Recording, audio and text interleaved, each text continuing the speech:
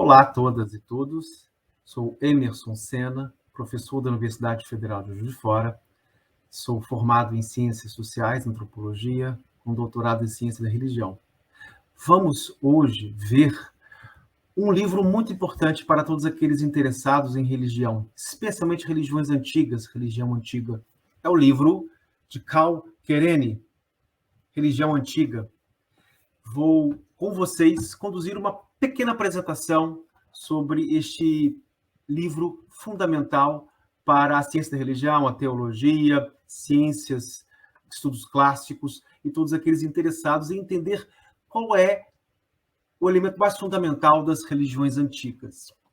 Para isso, eu vou compartilhar com vocês uma tela para expressar um pouco a forma fundamental deste livro, que para nós será importante.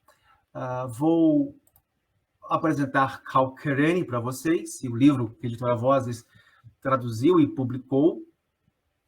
Ele é um filólogo, um especialista em estudos clássicos, húngaro, que foi para a Suíça durante a Segunda Guerra Mundial, exilado em função do nazismo, e ele foi um dos grandes teóricos que estudou justamente a religião antiga. O livro ele é composto por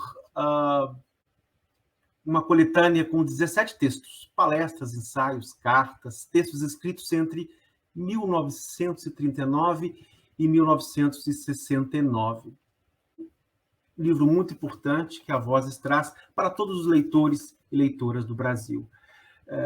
O livro aborda, eu vou falar de uma forma bem ampla, bem geral, por exemplo, elementos da mitologia grega. Qual é o elemento fundamental da mitologia grega? E um dos diferenciais do autor, um dos elementos fundamentais desse autor, é o diálogo que ele estabelece entre os estudos clássicos de filologia, ou seja, da origem das palavras, da linguagem, com a antropologia, a etnologia, a literatura e outras ciências.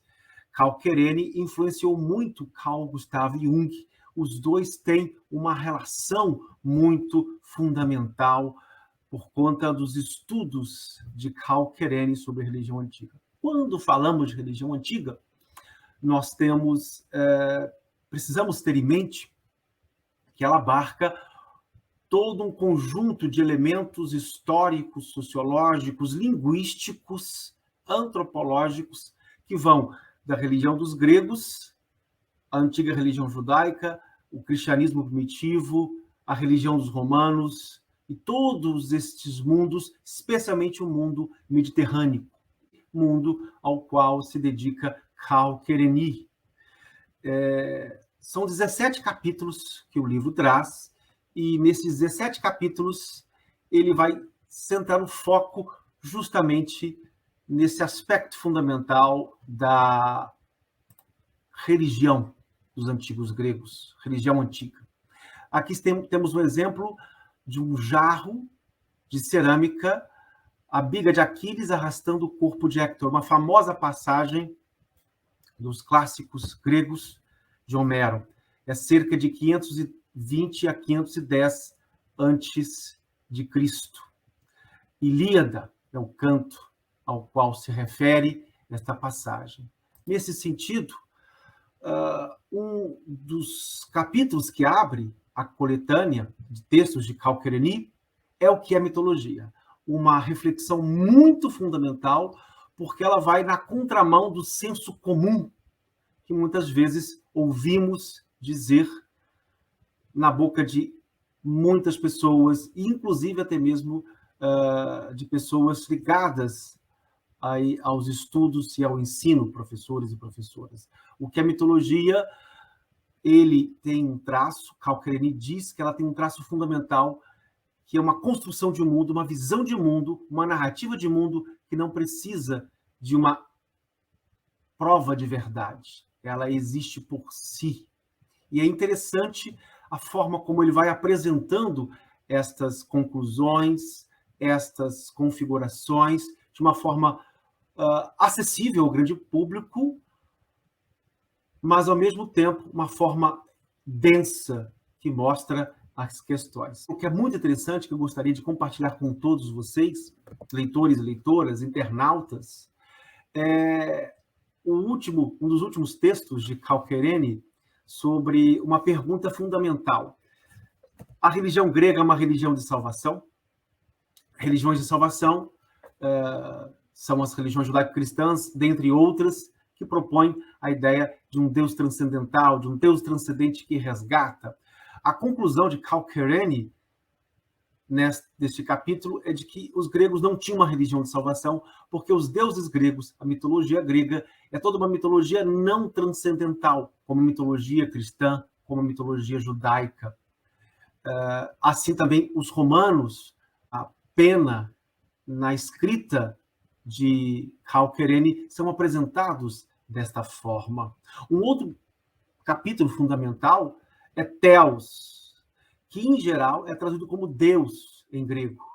Toda uma tradição filológica dos dicionários apontam a palavra grega Theos como traduzida como significado de Deus. Mas, no entanto, Karl Kerényi, com uma argúcia, mostra que é uma tradução incorreta, que é um significado incorreto.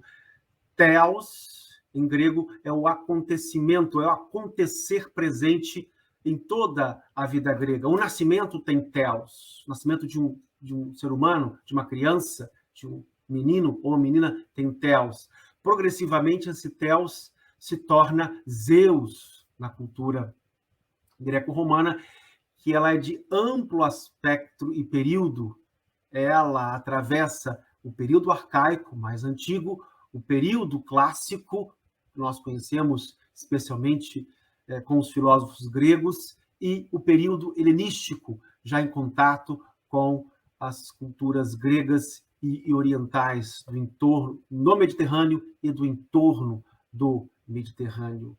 Nesse sentido, o traço mitológico da cultura grega, que é um outro capítulo deste livro fundamental, tem a ver com a ideia do cosmos, de como os gregos encaravam o cosmos e as suas emanações, os seus desdobramentos.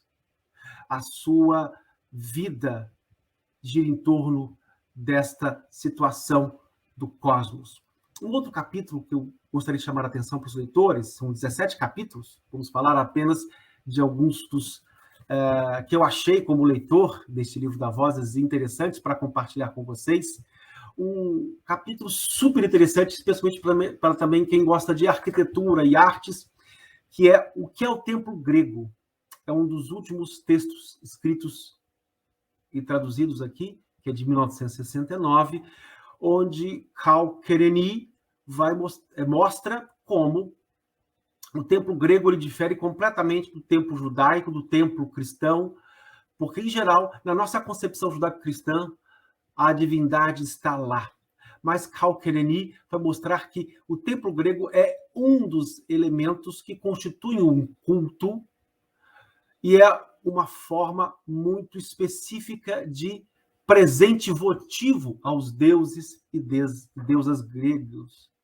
Neste caso, é até possível, ele mostra isso também lançando mão de recursos filológicos, linguísticos, arqueológicos, sociológicos, históricos e filosóficos, de que muitas vezes o culto era realizado fora do templo, de costas para o templo, algo que seria impensável no contexto judaico-cristão. Nesse sentido, o texto, o capítulo, o que é o templo grego, é um capítulo dos mais saborosos deste livro que a Vozes nos brinda para a leitura e ao qual eu convido todos a lerem, a saborearem Karl Kerényi, cuja argúcia, a densidade da escrita, a leveza, ao mesmo tempo aliada à densidade, seduz os leitores mais atentos aos estudos clássicos e aos leitores formados em teologia, em ciência da religião, mas também formados, de um modo geral, nas áreas de humanidades, de um modo geral. E é muito importante frisar o quanto esse autor ainda é pouco conhecido na área de estudos da religião, na área de ciência da religião, na área de teologia, embora nos estudos clássicos e linguísticos ele tenha seu lugar, o seu espaço, os seus livros, as suas reflexões, a sua escrita, a sua presença. Nesse aspecto, eu convido à leitura desses livros e convido vocês, leitores e leitoras da Vozes, ao saborear este livro, a se preparar para o próximo livro que apresentarei em seguida. Muito obrigado a todos e a todas.